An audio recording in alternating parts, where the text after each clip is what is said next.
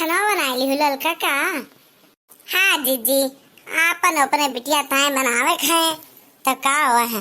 भात सब्जी बनाए ली है ना, आज बैठे ना बड़ी गर्मी हुआ थे जुड़ाए आए हैं की। लड़का दखिना लागत है काम धंधा कई भाई ने बैठी गल सट्टा थी न हो गोहराए ले चली बेरन उचारे खाती मनई कभी परत है। ये लड़की ये देखी नहीं है, चली रे चल आज हमरे खेतन बेरन उखाए जाते। चलो दोनों जनी चली चलो तुम लोग उखरवाए दियो हाली हाली हो जाई। जेके तोहरे उखरवाए खोई ना तो हमें बुलाए ली है, हमू आई उखरवाए दियो। देखा तू लड़की क्या तारा चतुर है बड़की जीजी, आपन कमो कराए ली है आने के हमारी पिरात है वो पिरात है। और दुनिया से पहले इनके धाने बिया बोई जाई, धाने बिया उखाड़ी जाई और धान बैठाई जाई। अभी देखा तो क्या बिया उखड़त इनका बिया बाढ़ के उखड़े लायक हो जाए।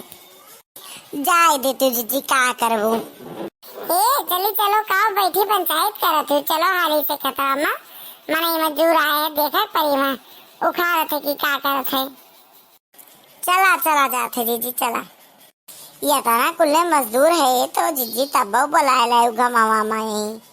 अरे हाली हो जाए दखना तू रोए लागत हूँ।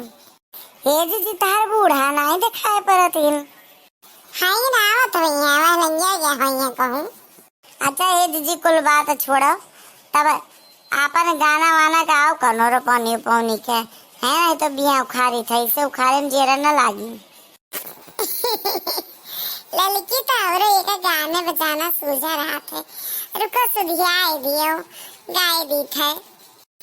आवत देखे दुई रे सिपहिया हो राम, रामाए कसवर दूजा गोर रे राम, रामाए कसवर दूजा गोर राम। गोरखु के सिरे सोए गरुवर गठरिया होना, रामा सवरु के ढल तलवरिया होना, रामा सवरु के ढल तलवरिया राम। गोरखु तो है मेरे माया जी के पुत्र राम, रामा सवरु ननद जी के भैया हो राम, रामा सवरु ननद जी के भैया हो राम।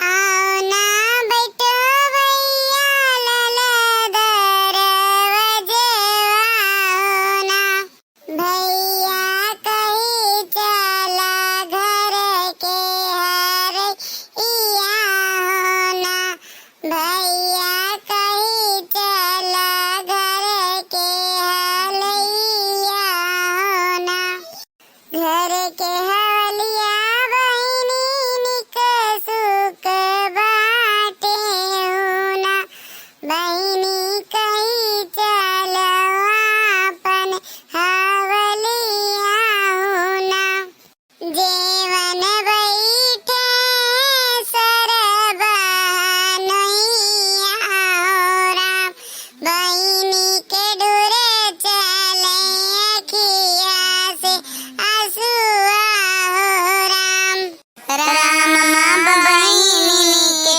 डोरे चले आंसू सोना। काहे बहिनिया सुहतु डोरे कायो होना, बहिनी कहीं चलो आपन तू हलिया होना, बहिनी कहीं चलो घर के हवलिया होना। मन के कुटे ना होई मन के पीसे ना हो राम, भैया नहीं मन के होई रसोइया हो राम, सब का खियाए भैया सब का